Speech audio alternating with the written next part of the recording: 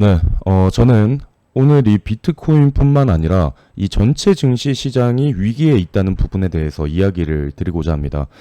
투자를 하시는 분들이라면 지금 현재 꼭 아셔야 되는 상황이고 심각한 상황인데 이런 것도 모르면서 투자를 하고 있다, 투자 시장에 있다라고 하면 안 된다라고 생각할 만큼 현재 상황이 좋지가 않습니다. 지금 이번에 지니어스 법안이 통과가 되었죠. 이런 부분도 다 여기에 엮여 있는 것이고, 뭐 트럼프가 코인의 대통령이다? 그게 아니라 지금 이 위기를 벗어나기 위해서 이런 법안들도 통과가 되는 건데, 지금 그런 상황들을 모르고 있는 분들이 많이 계십니다. 그래서 저는 지금 상황을 자세하게 여러분들께 알려드리고자 합니다. 먼저 이 포지션이나 단기 차트 분석 같은 경우에는 영상의 끝부분에 이야기를 드리도록 하겠습니다. 일단은 여러분들이 이 상황을 먼저 인지하시는 게 굉장히 중요합니다. 지금 이 상황을 만든 상황, 어떤 것들이 있느냐? 바로 OBBBA라는 법안이 통과가 되었습니다.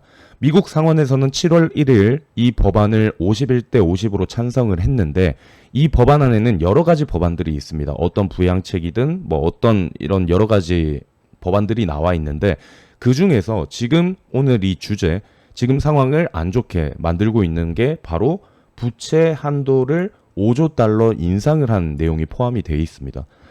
이 법안은 이후에 하원에도 통과가 됐고 7월 4일 트럼프 대통령이 서명을 함으로 인해서 정식으로 법적 효력을 발생하게 됐는데 저는 지금 딱 이 상황이 지금 이 그림과 굉장히 비슷한 상황이라고 생각합니다. 위험이 앞에 닥쳐 있는데 일단은 이 폭탄이 터지지 않았고 지금 폭탄을 돌리고 있는 상황이라 생각합니다. 아까 말했던 부채 한도 5조 달러 인상, 이 부분이 오늘 영상에서 말하는 위험한 부분인데 어떤 건지 살펴보도록 할게요. 자, 미국 같은 경우에는 나라에 부채가 있습니다. 현재 약 36조 달러의 부채가 있는데 그 한계에 다다랐었어요. 이제 이 나라에서 부채 한도가 정해져 있는데 이 한계에 다다르면은 더 이상 돈을 더 찍어내거나 부채를 발행할 수가 없습니다.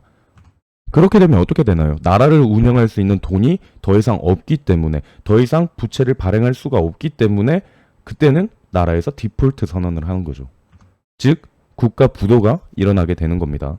근데 이런 디폴트 우려는 이전부터 많이 있었는데 이번에 결국은 이 부채 한도에 다다랐었는데 아까도 말했던 거, 이 법안에서 5조 달러 부채 한도를 인상을 하겠다. 그러니까 5조 달러라는 돈을 더 찍을 수 있게 만들겠다라는 법안이 통과가 된 겁니다. 자, 나라에서는 돈이 필요합니다. 그런데 이 돈을 어디서 구하냐? 바로 국채라는 것을 발행을 하는 거죠. 이 국채라는 것은 나라에서 내가 보장하니까 돈을 빌려줘 라는 채권을 파는 겁니다. 자, 여러분들 미국이라는 나라 어떻습니까? 강대국이죠. 무너질 것이라고 생각을 하지 않는 나라입니다. 그래서 미국 국채는 이전부터 안전한 자산으로 취급을 받았죠. 예를 들면 달러와 같이. 자, 그런데 이번에 5조 달러 부채 한도를 인상을 하게 됩니다. 지금 미국은 계속해서 부채 한도를 이런 식으로 늘리고 있는데 쉽게 말해서 빚이 계속해서 늘어나고 있다는 말이거든요. 그런데 이번에 5조 달러, 이거는 거의 미국 GDP 20%에 해당을 하는 겁니다. 20%에. 그게 굉장히 작은 돈이 아니거든요. 그러니까 이제 뭐냐면 지금 이런 식으로 나 돈 좀 더 찍어낼 수 있게 우리끼리 법안을 통과시키겠다. 이런 식으로 자기들끼리 법안 통과가 된 겁니다. 이렇게 한 다음에 이제 하는 게 뭐냐? 국채를 아까 말했던 것처럼 찍어내는 거죠. 자, 그러면 이 국채를 찍어내는 게 도대체 어떤 문제가 있느냐? 지금 보면은 국채가 이제 발행되고 이렇게 경매에 붙여지는 이게 계속해서 일정이 있거든요. 국채를 계속해서 발행을 하게 되면은 말 그대로 공급량이 늘어나는 거죠. 공급량이 늘어나면은 당연히 가치가 하락을 하게 되고 국채 금리는 상승하게 됩니다. 여기에서 플러스 이 국채를 살려고 하는 수요까지 없어진다. 국채 금리는 완전히 급등을 하게 되는 거죠. 여러분들이 생각을 해봅시다. 내가 돈을 빌리고 싶어요. 내가 뭐 돈을 빌리고 싶은데 돈을 빌려줄 사람이 없어요. 처음에는 이자 10% 줄게 했는데 나중에 20% 줄게. 나중에 이자 30% 줄게. 이런 식으로 하다 보니까 국채 금리, 이자가 높아질 수밖에 없다라는 겁니다. 마찬가지 미국이라는 나라에서 내가 이자 더 줄게. 많이 줄 테니까 국채를 사줘 라고 하는 거죠. 자, 근데 아까도 말했던 것처럼 이 공식이 있습니다. 채권 금리는 이 고정이자를 채권 가격으로 나누게 되는데 당연히 채권의 가격이 떨어진다. 그러니까 가치가 떨어지면은 금리는 자동으로 올라가는 게 이 법칙이거든요. 아까도 말했던 것처럼 수요는 많이 증가를 합니다. 살 사람이 많아요. 그러면 수익률 내가 100만 원 빌릴 건데 나 이자 10% 했는데 그렇게 빌려준다는 사람이 많다라는 거예요. 그러면은 나 8%에 빌려줄 사람 이런 식으로 줄어들 수가 있는데 수요가 감소를 합니다. 사는 사람이 없고 국채 많이 찍어냅니다. 아까도 말했던 것처럼 지금 나라에 돈이 없어요. 돈이 없으니까 부채 한도를 늘리면서 이제 나 국채를 더 찍겠다라는 거거든요. 이런 식으로 공급이 되면은 급등을 하게 되는데 문제는 뭐냐? 자, 무슨 말인지 이해됐다. 근데 이 국채가 급등을 하게 되면은 우리한테는 어떤 영향을 미치냐? 이게 여러분들은 제일 중요하잖아요. 바로 이 자산 시장에는 굉장히 악재로 작용이 될 수가 있다라는 겁니다. 왜 그러냐면 이 국채 가격 같은 경우에 이 국채라는 거는 아까도 말했던 것처럼 미국이 보장을 해주는 거죠. 그러니까 안전하고 수익이 높은 자산이 등장을 하게 되는 겁니다. 여러분들이 아시는 것처럼 주식, 코인 이런 것들은 미래 기대에 투자하는 어찌 보면은 위험 자산이 맞긴 맞잖아요. 여러분들도 아시는 것처럼. 그러면 사람들이 수익을 낼 수 있는 방법이 없다 보니까 이런 식으로 위험한 투자를 했지만 만약에 이런 식으로 국채 금리가 급등을 한다. 이자율이 높은 상품. 그런데 이거는 미국에서 갚아주는 정말 안전한 자산이라고 판단되면은 여기 자산 시장에 있던 유동성이 이쪽으로 빠질 수가 있다라는 거죠. 유동성이 축소가 될 수가 있다라는 겁니다. 즉 투자 자금이 위축이 될 수 있는 상황입니다. 그러니까 국채 수요 이렇게 낮아지면 국채 금리는 올라가고 자산 시장은 전반적으로 조정의 가능성이 커진다라는 겁니다. 금리가 오르면 주식, 부동산 약세 가능성이 높고요. 단기적으로 달러 강세, 비트코인 약세, 증시 압박의 흐름이 자주 발생을 한다라는 겁니다. 실제로 비트코인도 마찬가지입니다. 유동성이 감소가 되죠. 비트코인은 유동성 축소돼서 약세를 보이게 되고 리스크 자산 깊이 말했던 비트코인은 위험 자산이잖아요. 여기에 있던 자금이 수익률이 높은 미국에서 발행해주는 상품이 생겼네? 이쪽으로 갈 수가 있다라는 얘기거든요. 즉 전반적으로 결론 지으면 국채 금리가 올라갈수록 국채 금리가 올라가면은 자산 시장은 역상관 관계를 가진다. 자산 시장은 약해질 수가 있고 반대로 국채 금리가 하락을 하면은 오히려 비트코인은 상승을 할 수 있는 상황이 된다라는 건데 아까도 말했던 거 지금 상황은 뭐냐? 공급을 많이 늘리겠다라는 얘기죠. 그러면 지금 수요는 어떻게 되는지 한번 볼까요? 수요 같은 경우에 지금 관세 때문에 미국이랑 중국 사이가 안 좋죠. 그렇기 때문에 중국은 이전부터 미국의 채권을 계속해서 줄이고 있습니다. 이제 미국의 그거 나오는 국채 내가 발행 그거 왜 사줘 이러면서 보유량을 계속해서 낮추고 있는 상황입니다. 이것뿐만 아니라 여러 가지 상황이 있는데 일단은 이걸 보기 전에 그러면 아까 말했던 거 실제로 그럼 비트코인과의 관계는 어떤지 한번 살펴볼게요. 자, 현재 보시면 이게 비트코인 차트인데 여기에서 미국의 10년물 차트를 검색을 합니다. 이렇게 치면 미국 국채 금리가 나오거든요. 자, 이런 식으로 우리가 비교를 해볼 수가 있어요. 이게 미국 아까 말했던 국채 금리가 올라갈 때 비트코인과 비교를 한번 해볼 수 있는데 자, 이런 식으로 보면 좀 애매할 수가 있죠. 그래서 제가 아까 정리를 해놨거든요. 여기 보시면은 예를 들어서 이런 식으로 볼 수가 있습니다. 자, 보시면은 2021년도, 2020년도 이 당시죠. 이때 미국 국채 금리가 이런 식으로 가파르게 상승을 합니다. 이 당시에 비트코인의 가격 하락의 압력을 받았었죠. 그리고 2023년 초에 여기에서도 이제 금리의 정점에 근접을 했고 여기에서 이제 아래로 내려갈 수 있는 가능성이 보이니까 비트코인의 가격 올라가는 거 볼 수 있습니다. 2024년도도 보시면은 여기에서 금리 하락, 앞으로 ETF 기대감 이런 것 때문에 비트코인이 강세를 보이죠. 근데 그때는 이 금리는 아래쪽으로 빠지는 걸 볼 수가 있습니다. 물론 여러분들이 이걸 보시면서 그럼 이런 경우는 어때요? 뭐 여기 같은 경우에는 이렇게 올라갈 때 이런 식으로 같이 올라갔지 않느냐? 왜 자꾸 이거 반대인 것만 이렇게 얘기를 하느냐? 여기도 이렇게 올라갈 때 올라갔지 않느냐? 이런 식으로 얘기를 할 수가 있습니다. 근데 보시면 여기도 여기쯤에서 이제 국채가 꺾이겠다라는 국채가 금리가 떨어지겠다라는 게 보이니까 그때 추가적으로 상승을 하는 겁니다. 그러니까 이게 정확하게 딱 여기 이런 식으로 가는 건 아닌데 그러면 이거를 우리가 실제로 애매하죠. 지금 여기 같은 경우에도 같이 움직이는 것 같고 이렇게 애매하니까 상관관계 지수를 확실하게 보여드리도록 할게요. 여기에 인디케이터를 들어가서 correlation coefficient라고 이렇게 검색을 합니다. 그러면은 이게 뭐냐면 상관관계를 볼 수가 있거든요.